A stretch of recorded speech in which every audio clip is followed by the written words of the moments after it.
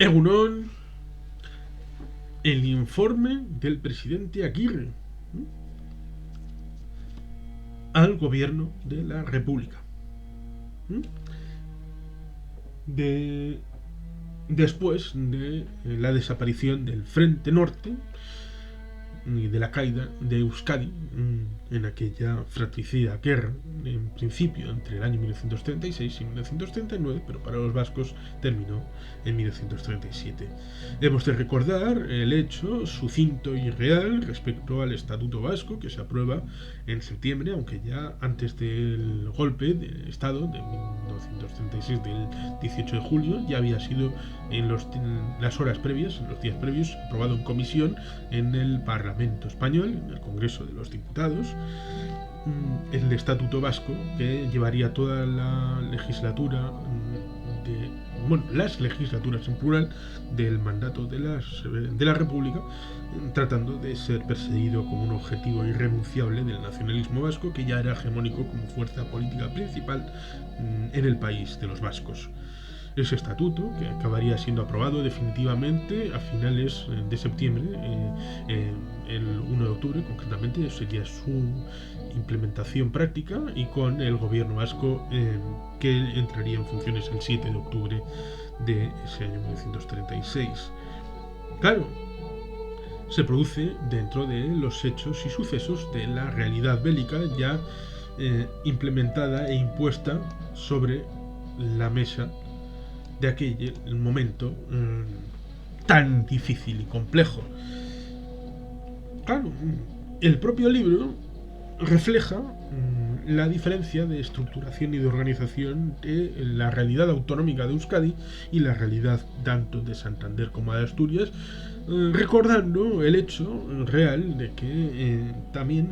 la entonces provincia de Santander, es decir, Cantabria, trataba de establecer un régimen autonómico que acabaría por cristalizar en la forma del Consejo Interprovincial Santander Palencia-Burgos,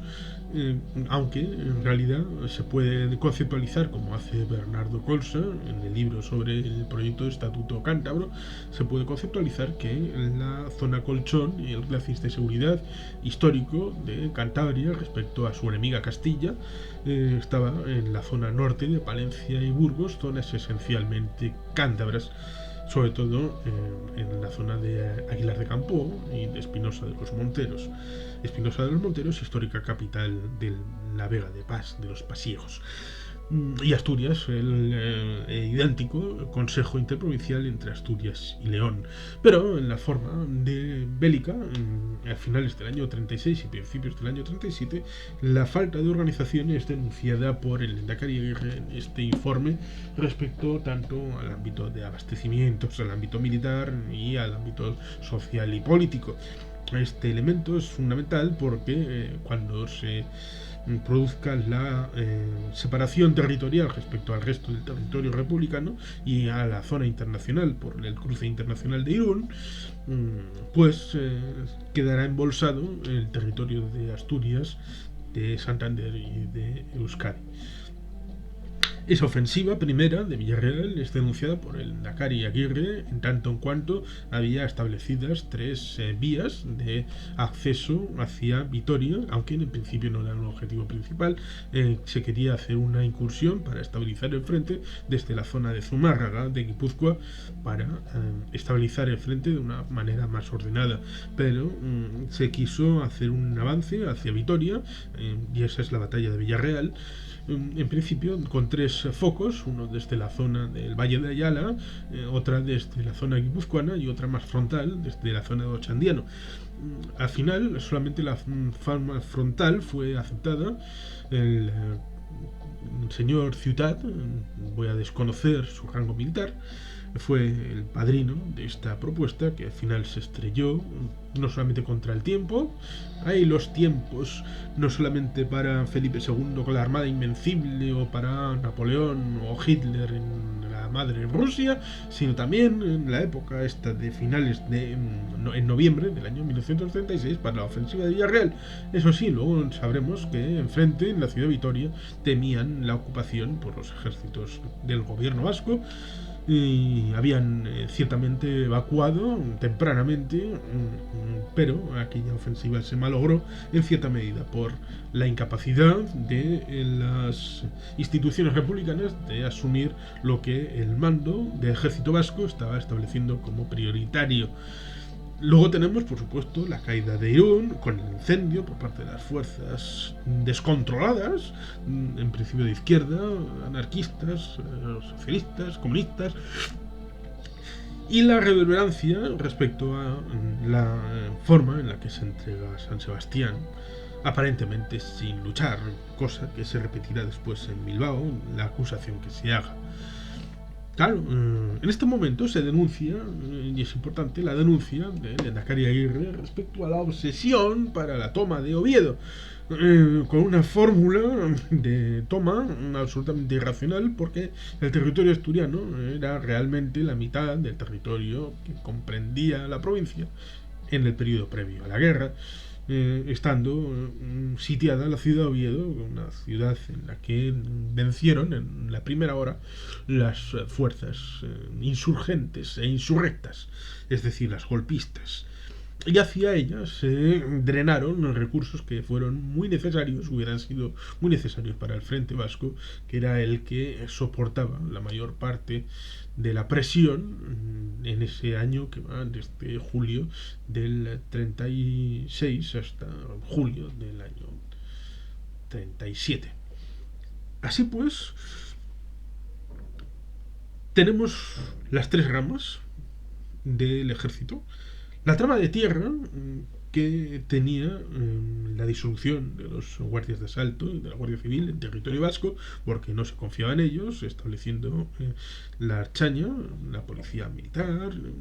cuerpos, un cuerpo de ejército del futuro Eusko STA, es decir, elementos de constitución propio de la entidad institucional vasca para la defensa y el mantenimiento del orden público, y añadido a todo esto se estableció la Academia Militar de Bilbao, bajo el mandato de las instituciones vascas, y es símbolo este hecho respecto a la incapacidad de la República para establecer cosas nuevas. En principio, como dice el Lehendakari Aguirre, podía establecerse que, bueno, dado que hay una academia militar para actualizar conocimientos de la gente que habría pasado por el servicio militar, o para impulsar gente preparada, aunque hubiera poco tiempo realmente, con cursos específicos, podía establecer la República, algo en Santander o en Gijón, para acondicionar todo aquello, pero no, en vez de crear cosas nuevas en otros sitios, trató de canibalizar la escuela esta académica para sus propios fines, integrándola en un esquema nuevo, es decir, en vez de hacer algo distinto, lo que ya está, canibalizarlo para sus propios fines, lo cual es sintomático y significativo para otros muchos elementos. En la rama del aire hubo falta de aviones, no se establecieron la defensa necesaria para la zona de Vizcaya y la zona de Bilbao, cosa que luego se verá contrarrestada en cierta medida con la forma de ver aviones que iban desde territorio castellano, es decir, desde Toledo, o incluso desde otros territorios, más de la zona central levantina, respecto a Santander, que en principio previamente se había dicho que no podían llegar a Bilbao y que no podían aterrizar, por ejemplo, en los campos y aeródromos de Somorrostro, de Lamiaco o el de Sondica. Sí, el aeropuerto donde está ahora, antes era la terminal de Sondica, ahora está en Loiu, pero sigue siendo el aeropuerto de Bilbao, porque luego vendrán los franquistas a decir, nosotros hemos hecho el aeropuerto de Bilbao. No, se hizo mucho antes, con forma de aeródromo, incluso en tiempos de la dictadura de Primo de Rivera. A las buenas gentes de buena voluntad hay que decirles las cosas con sentido común y con información veraz. Pues esa falta de aviones y esa falta de reconocimiento de los aeródromos fue sustancial respecto a la defensa del aire, porque la rama aérea fue fundamental y sustancial en la guerra que se realizaba en ese momento. También en el ámbito marino hubo casos como el paradigmático de José Luis Díez o Pepe el del Puerto, con su comandante estando más en un refugio que en el propio barco, y todo lo que se sucedió después respecto a su fuga hacia Burdeos y todo aquello. Un desparrame que implica a la Marina de la República y la incapacidad para sustraerse de las carcomidas estructuras que luego se revelarían con traidores tolerados que hizo que el gobierno vasco tuviera que hacer su marina auxiliar, que al final, más que auxiliar, hizo el 67% de las misiones en la zona jurisdiccional, incluso en la mitad oriental de la provincia de Santander. Es decir, la mar tuvo su importancia también porque era el lugar por donde se trasegaban las mercancías tanto militares como de alimentos. Hubo 3 meses de ofensiva entre marzo, abril, mayo, junio. Bilbao cae en 18 de junio más o menos del año 1937. Y 3 meses antes se inicia la ofensiva final, es decir, 3 meses de auténtico ardor guerrero y de defensa patriótica del territorio vasco, cosa que si comparamos por ejemplo con los Países Bajos, que tardó entre 4 y 7 días, depende de los autores, en capitular todo el país, o la provincia de Santander, que tardó 9 días completa en caer. Luego ya podemos referirnos por ejemplo a la caída de Francia, que tardó 3 semanas en caer toda Francia, con toda la significación que tiene y el poderío militar que tenía en 1940, respecto a los 3 meses de lucha del territorio vasco, fundamentalmente vizcaíno. Es decir, tardaron 3 meses en ir desde prácticamente Eibar hasta la zona de Bilbao, que son prácticamente 40 kilómetros, lo cual da valor al arrojo de los gudaris, sobre todo porque después seguirán luchando en las encantaciones y en la zona minera. Está la lucha de los comisarios políticos y los mandos militares, tratando de solaparse los mandos propios y las órdenes dadas desde el gobierno vasco con su consejero de defensa, el Lehendakari Aguirre, que no es tan diferente de lo que hizo Churchill, por ejemplo, en el año 1939-40, cuando era premier británico y también era consejero de defensa. Así pues, se hicieron una serie de nombramientos por el señor Largo Caballero y por los comunistas respecto a unos comisarios políticos y a unos mandos militares, y cuando se pidió al general Aranda, no recuerdo el nombre ahora mismo, pero se pidió un general, pero se hizo ver como que era un traidor y que no se podía mandar. Es decir, unos líos muy importantes y que contribuyeron seguramente a la derrota, o por lo menos al encarecimiento de las condiciones. Claro, una cosa que no se suele pensar es la salida del territorio vasco, del gobierno vasco y de las instituciones vascas y del ejército vasco, que tenía que ser preparada respecto a su implantación en el territorio contiguo republicano y también con el Consejo Interterritorial de aquel territorio, y el ingreso en la provincia de Santander, en la que hubo unos ciertos crímenes por indocumentados en la capital de Cantabria, y bueno, pues se produce curiosamente una época bochornosa y repulsiva con respecto a la disolución del ejército vasco y su incorporación al ejército del norte, tensión que había sido ya larvada mucho antes, y la arriada de la bandera vasca en la marina auxiliar del gobierno vasco.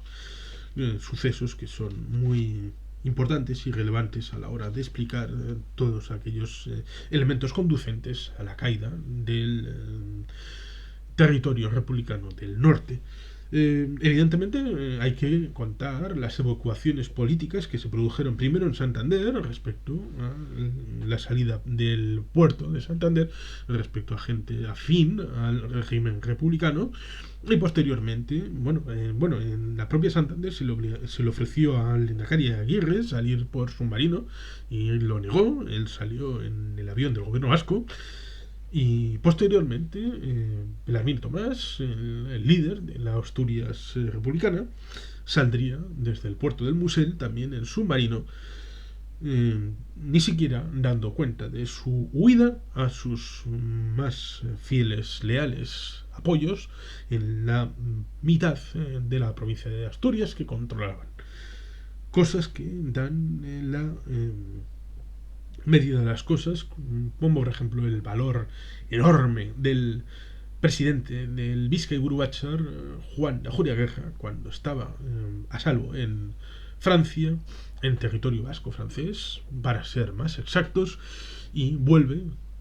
para implicarse en el pacto de Santoña sobre el terreno y para ofrecerse como persona que se queda junto a sus hombres y que luego será fundamental en las cárceles como elemento de aglutinación no solamente del elemento nacionalista del Partido Nacionalista Vasco, sino también del resto de opositores a la dictadura. Ese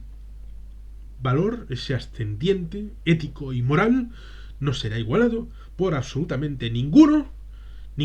del resto de los movimientos y partidos de ese momento que estaban encuadrados en la legalidad republicana. Evidentemente es elemento fundamental el tema del pacto de Santoña respecto a una forma de supuestamente rendirse y traicionar a los valores republicanos, pero como se ha dicho, la propia república había sido incapaz de suministrar lo que necesitaba tanto en ámbito terrestre, de ofensivas, de mandos, aéreos, marinos. Es decir, la guerra se hace con armas y con fusiles y con balas, con cartuchos. Se hace con instrumentos para liquidar la opresión que te trata de imponer el de enfrente, o por lo menos esa es la visión del gobierno vasco, que era una guerra eminentemente defensiva dentro del territorio vasco. Pues se había dado contraorden de no ir hacia Asturias. Se había dado contraorden que fue... es que... la orden previa era no ir hacia Asturias, no retirarse, porque no era posible. Pero a las horas se dio la contraorden para ir para Asturias, con una circunstancia interesante que merece ser reflejada del propio libro del Endacari Aguirre, que es el asunto del corte bajando desde la zona del Escudo, de la zona de Reynosa, hacia Torre de la Vega, en la zona en la que actualmente es la autovía de la Meseta. Penetraron en Cuña las fuerzas insurrectas del franquismo, de Falange y toda aquella gente, de las flechas negras, aquel movimiento apoyado por italianos y alemanes. Penetró y cortó el paso de un lado a otro, dejando curiosamente únicamente a 3 brigadas que estaban del otro lado de Cabuérnica, pues estaban en el otro lado y pudieron llegar a Asturias. Es decir, no se pudo pasar después de ese determinado momento en el que las fuerzas santanderinas desaparecieron, se evaporaron del frente y fueron las tropas vascas las que tuvieron que tratar de coagular esa brecha. Y bueno, la cosa no fue suficiente, durando toda la provincia de Santander 9 días. El Consejo Soberano se independizó haciendo la independencia, cosa que irritó al gobierno de la República y al presidente Azaña. Y en Aragón, por no hablar del 155 que se estableció, porque como en Asturias controlaba la República la mitad del territorio, la mitad oriental de ambos territorios, tanto de Asturias como de Aragón, y hubo una pelea política interna en la que se acabó estableciendo un 155 y disolviendo por la fuerza el Consejo Interterritorial de Aragón, de Zaragoza, Huesca y Teruel. Y en Asturias se declaró la independencia, cosa que es curiosa porque no es recordada. Es más bien recordada la supuesta independencia de 1934, pero no la de 1937 en octubre. Está el asunto primordial y fundamental de los abastecimientos, porque Vizcaya en aquel momento era subsidiaria y necesaria de la importación de muchos alimentos respecto al exterior, y fue capaz con las divisas, porque a veces él sugería al gobierno de la República que usara las reservas de oro también para contribuir con el material alimenticio y militar respecto a los territorios del norte, y se le decía: esas reservas son de la República, no son del gobierno vasco. Y con las reservas de los bancos en Bilbao y los dineros que pudo conseguir el gobierno vasco, pudo contribuir no solamente a su propio beneficio, sino también al suministro de alimentos y de aparato militar para el territorio de Euskadi, de Santander y de Asturias, que si uno ve las estadísticas en este libro, porque una primera parte es el desarrollo narrativo y luego hay anexos que vienen insertos, hay un anexo respecto a las cantidades y los conceptos concretos respecto a los suministros alimenticios en principio para el territorio vasco, pero que luego se dividen en tres para suministrar a Santander y a Asturias, que tiene mayor suministro de esa compra vasca, tiene mayor suministro que la propia Euskadi. Pero luego dirán que los vascos no fueron realmente solidarios y que no ayudaron a sus hermanas del norte. Pues mira, ahí está, en el suministro y abastecimiento de alimentos y de munición, está meridianamente claro, negro sobre blanco, con cantidades, la vocación de solidaridad con respecto a Santander y Asturias. Y como digo, ¿no?, en el momento en el que se produce el pacto de Santoña, es decir, la rendición en Santoña a las fuerzas italianas en principio, pues digamos que había esas tres brigadas que no pudieron tener contacto con el resto del ejército porque estaban más allá de Torrelavega, estaban después de Cabuérniga, y pudieron llegar a Asturias, donde fueron recibidas como traidoras y se les escupió y se les vejó por la propaganda del socialismo asturiano, como gentes de mal vivir y gentes de mal labor. Lo cual es curioso,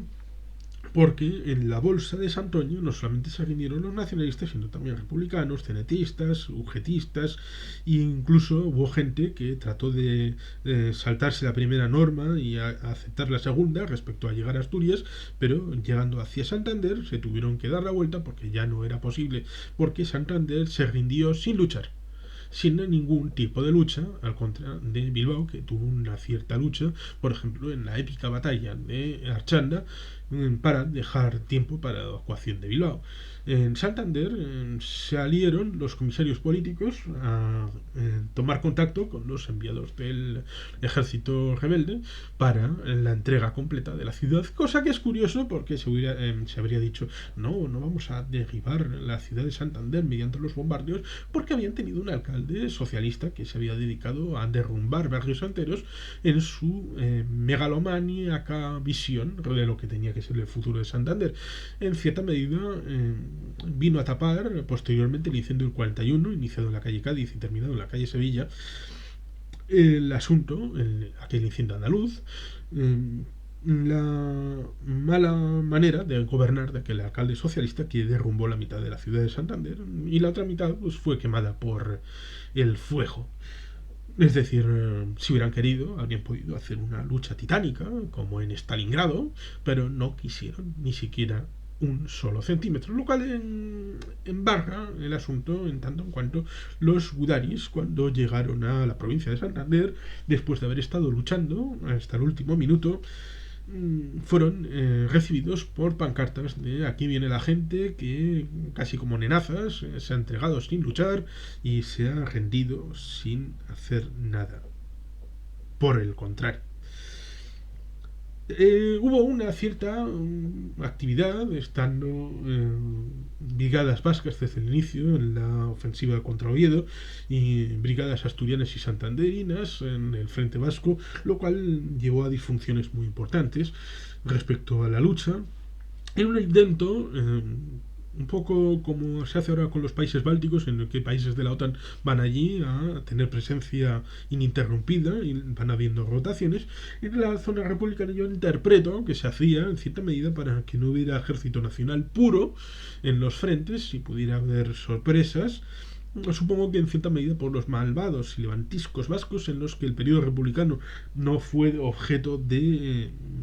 feeling, en tanto en cuanto no eran herederos de la corriente socialista o anarquista o comunista, sino que eran más bien de la democracia cristiana, que tenía como epítome el propio Lehendakari Aguirre, bueno, futuro Lehendakari, en la época republicana, alcalde de Guecho. Esa indisposición mutua, en cierta medida, sobre todo desde el ámbito republicano, pues llevó en cierta medida a pensar que los levantiscos vascos en cierta medida pues podían tomar el frente a choteo, incluso negociar con el de enfrente, cosa que siempre estuvieron ahí con precaución, aunque no hubiera ningún indicio más que de lealtad institucional desde el primer momento, y lo dijo a Julia Guerra en un primer momento. No estábamos entusiasmados respecto a la posición republicana, pero era la legalidad y había que estar con la legalidad. Eso lo dijo el 18-19 de julio del 36. Pues esa situación luego se venía refrendada por la independencia de Asturias. Asturias, que se independiza en octubre del 37. Cosas que pasan, que estás centrado en coger ojeriza pero este que supuestamente es el más mejor aliado, te salta y te apuñala por la espalda. Es curioso porque conviene decir la verdad, como dice mi amigo Aitor Miñambres, director del Museo del Cinturón de Hierro de Verango. Hay un periódico fascista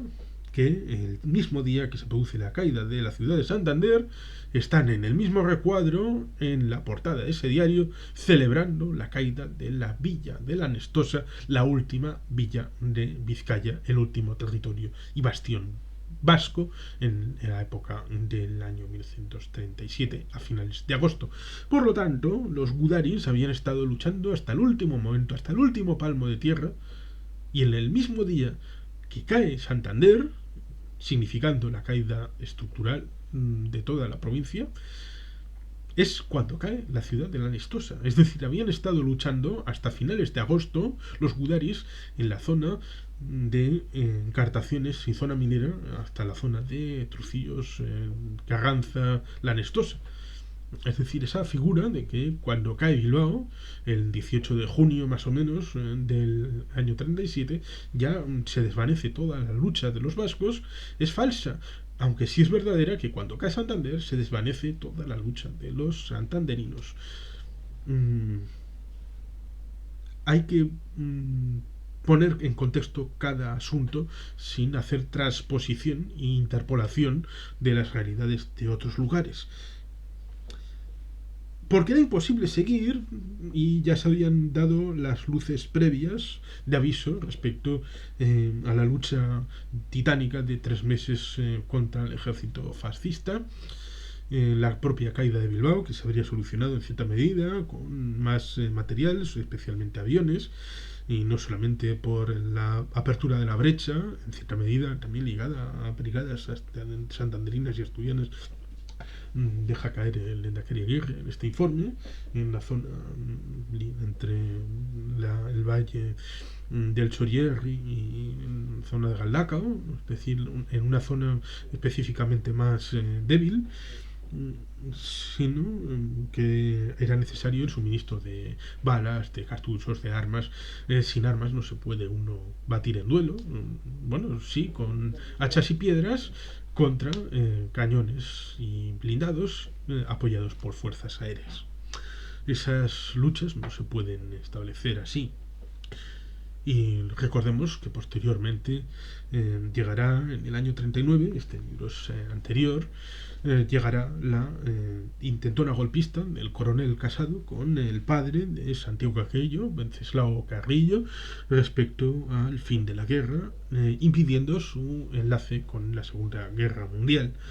Es decir, fue un golpe de Estado para tratar de aliviar la agonía, pero ese golpe de Estado es obviado por la memoria republicana.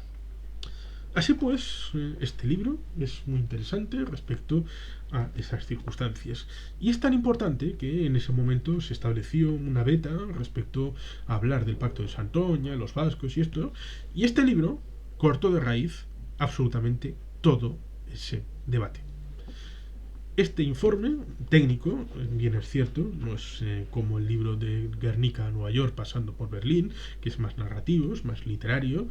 Este es más específico, con la forma de establecer telegramas, documentos, los anexos, respecto a lo que pasaba en ese momento, para poner en bruto la información, en cierta medida para el gobierno de la República, para poner negro sobre blanco las circunstancias y señalarle una visión, no tanto para el público en general, que sería el destinatario de Guernica a Nueva York pasando por Berlín.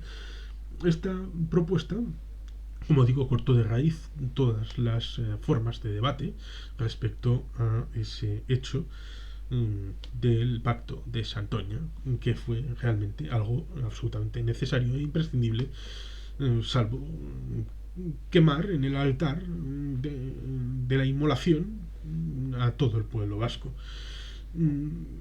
Y por supuesto al ejército, cuando lo que se quería era trasladarlo al territorio catalán para intentar desde ahí la liberación a través de Huesca y de Navarra,